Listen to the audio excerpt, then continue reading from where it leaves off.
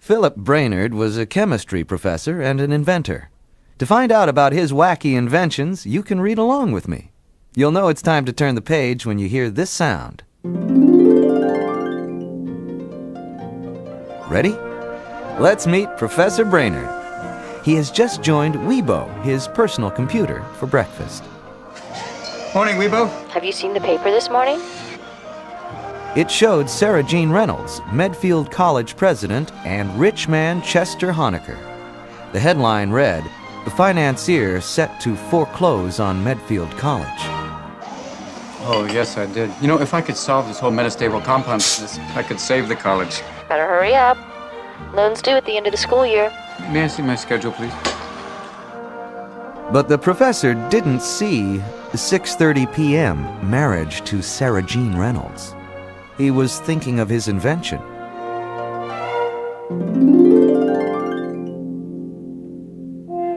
Sarah Jean Reynolds was modeling her wedding gown for her secretary, Martha.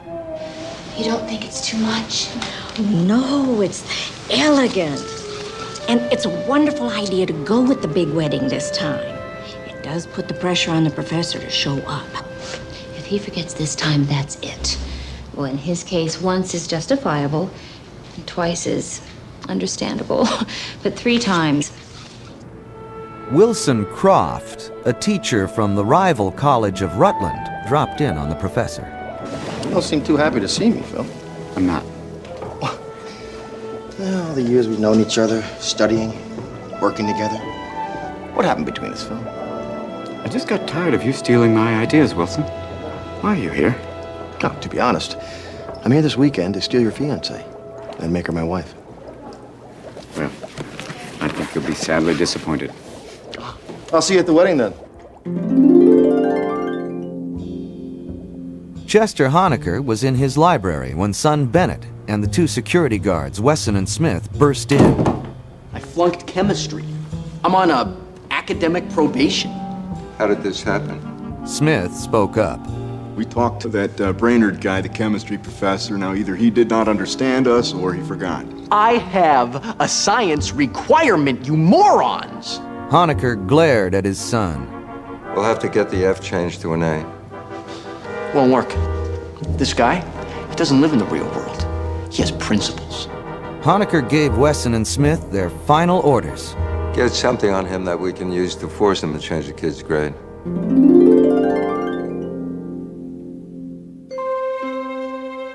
That evening, Weibo was helping the professor get ready for the wedding. Suddenly, he threw off his tuxedo jacket and ran to the basement. But if you go from hot to cold very quickly, you get a conductive polymer, and you complete the metastable sphere. Inside a small tank, 2 fluids were mixing. Behold! There it is! Now it'll work. He called to Weibo. It's ready! The professor attached 2 wires to the terminals. Just a little electricity.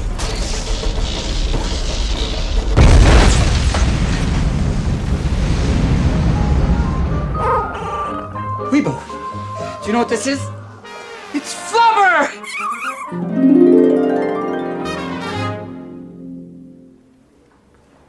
Sarah stood alone at the church altar, waiting for the professor. From the 3rd pew, Wilson Croft looked on. Later, after everyone had given up and gone home, Wilson met Sarah on the church steps. I'm sorry, Sarah. Are you going to tell me I told you so? No.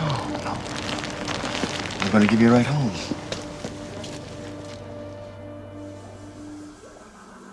Across town, the professor was now working on fluid flubber. The green goo ricocheted around the basement, smashed through a window, bounced up and down the neighborhood, and sailed back through the window. The professor caught it in his catcher's mitt.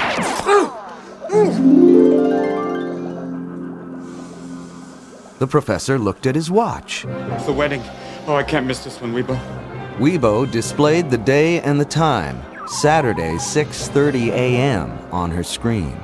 I'm aware of the time, thank you. But your days are wrong. I'm getting married Friday, 6:30 p.m. No, you're not. Because you're not getting married period. You missed it. It's 6:30 in the morning. The professor raced to Sarah's office. Will you please let me explain? There's nothing to explain. You weren't there. For the third time, you left me standing at the altar. He held up the flubber. This is the reason I didn't make it last night. You broke my heart. So that you could stay home and make some green goo. Sarah, it's much more than that. Flubber could save this college.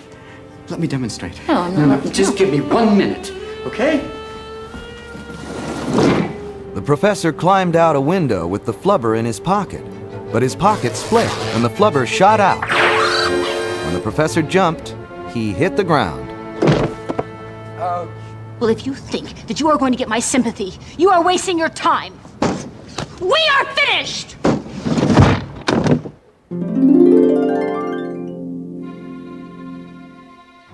As the professor was testing the fluid flubber, Honecker's guards were spying on him through the basement window.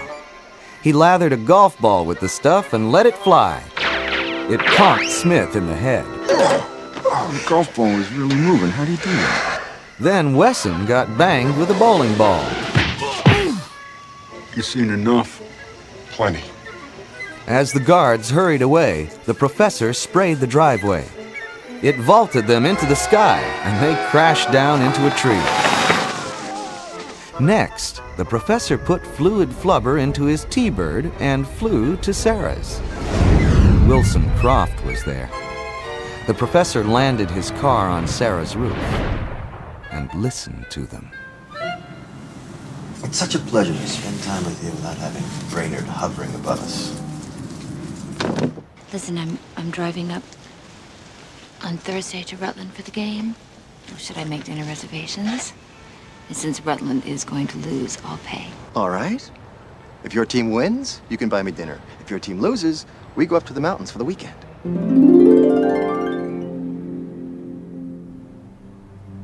Meanwhile, Wesson and Smith were telling Chester Honecker about Brainerd. He took a golf ball, he rubbed this cream on it, and then the golf ball took off and popped Smith in the head. Several times. I got hit with a bowling ball. Repeatedly. It's the stuff he's got, sir. It's stuff. I don't know what it is. I don't know where it comes from, but it will give you one heck of a headache. Back in his laboratory, the professor was spraying flubber on a board of thumbtacks. Flubber is going to the basketball game. We've got to win this game. I've got to do it to prove to Sarah that flubber really works. I'm going to do it right under Wilson Croft's nose. Don't fail me.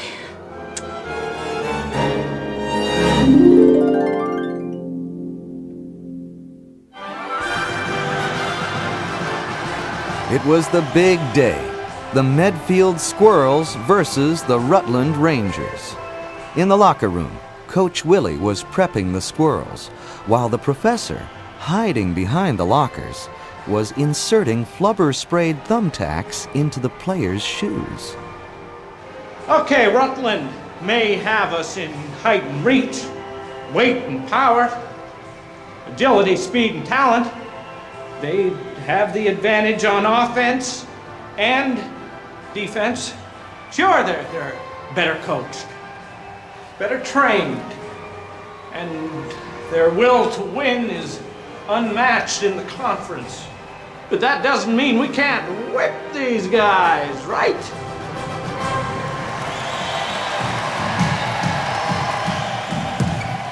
By halftime, Medfield was getting smeared 54-3. Some of the fluid flubber had rubbed off the thumbtacks. As the Squirrels filed off the court, Professor Brainerd gave them another dose by applying it to his hand and high-fiving each team member. Be a flying squirrel. When the Squirrels came back, they blasted the ball around the court and jumped 5 feet in the air. Wesson and Smith, in their seats with Chester and Bennett Honecker, recognized the work of Brainerd Finally, with only 14 seconds to play, the score was Rutland 66, Medfield 67. The professor whispered to Wilson. Looks like a lonely weekend in the mountains for you, Croft. Then, the squirrel center discovered the thumbtacks on the bottom of his shoe and removed them. The professor ran to courtside and swabbed the bottom of the center's shoe with fluid flubber. Finally, the squirrels won. But when the professor tried to tell Sarah about Flubber, she was outraged. Are you trying to take credit for Medfield beating Rutland?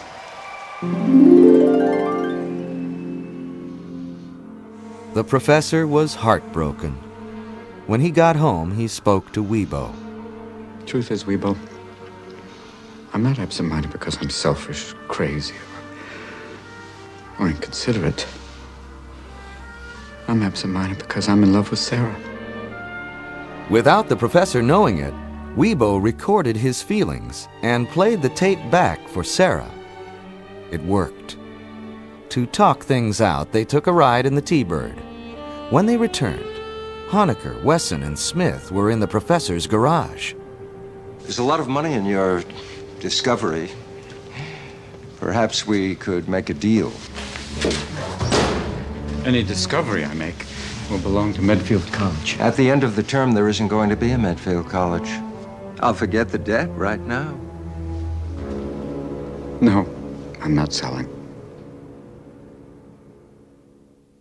The next day, the professor and Sarah demonstrated the flying car to Pacific Aerospace, and a deal was sealed. Meanwhile, Wesson and Smith had broken into the professor's house, destroyed Weebo, and stolen the flubber.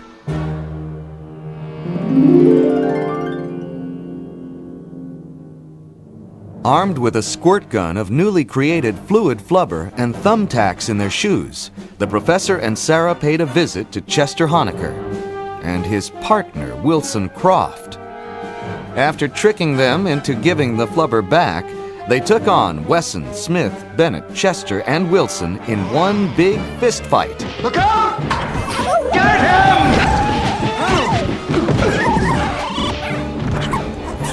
And escaped in the flying T-Bird.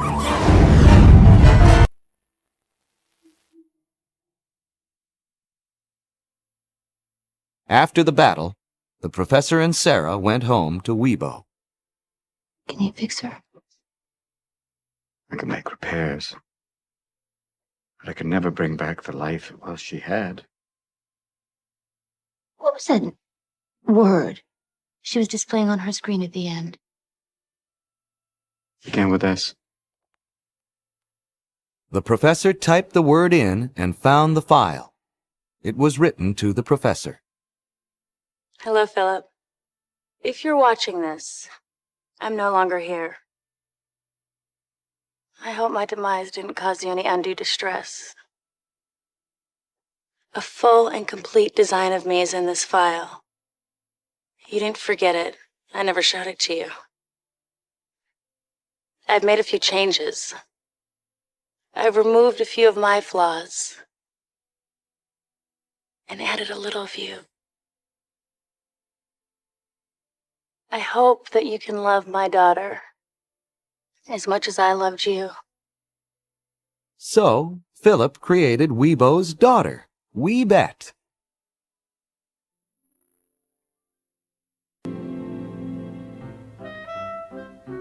Sarah and Weebette stood at the altar.